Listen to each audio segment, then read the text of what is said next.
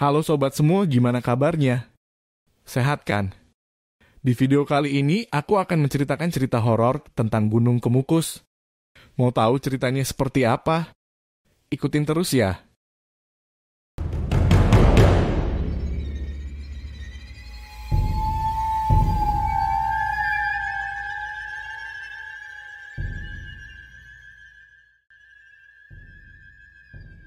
Cerita pesugihan Gunung Kemukus. Temanku meninggal saat ritual. Selesai sudah perjuanganku membangun usaha yang aku impikan sejak kecil. Sore ini, aku dan rekan kerja sekaligus sahabat terbaikku, Rena, terduduk lemas di ruang kantor.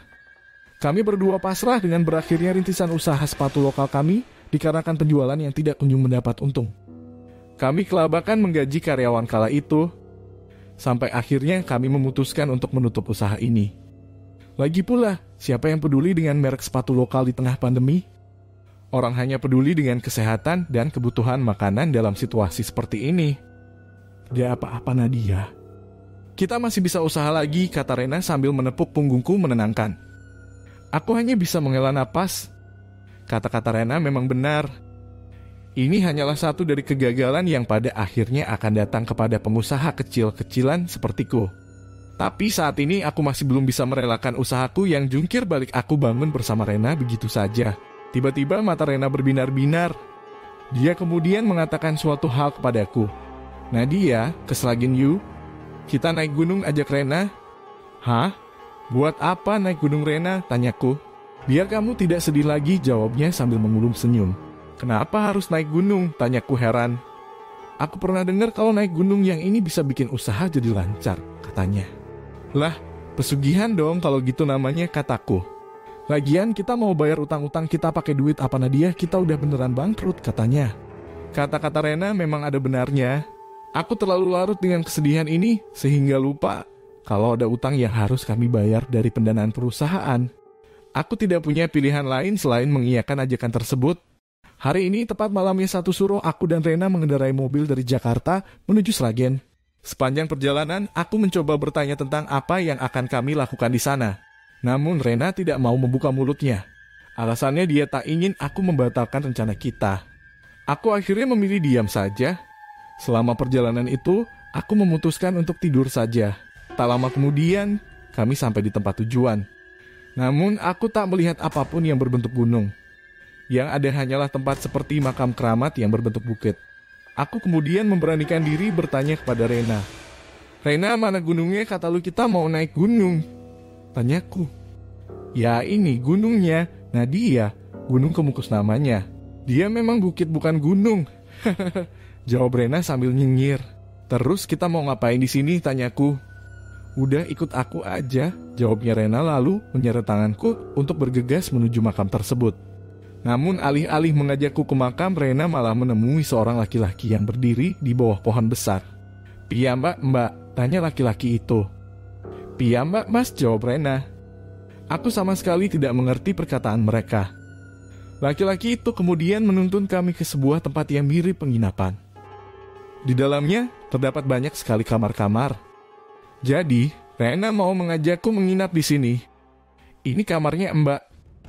Nanti jam 12 malam langsung saja ke air terjun ya. Lewat jalan belakang, kata laki-laki itu. Lalu ia meninggalkan kami berdua di kamar ini. Lu ngapain ngajak gue ke penginapan kecil kayak gini, Rena?